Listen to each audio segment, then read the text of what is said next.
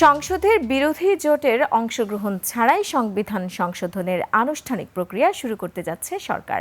এ লক্ষ্যে 12 সদস্যের সংবিধান সংশোধন সম্পর্কিত বিশেষ কমিটি আজ প্রথম বৈঠকে বসে।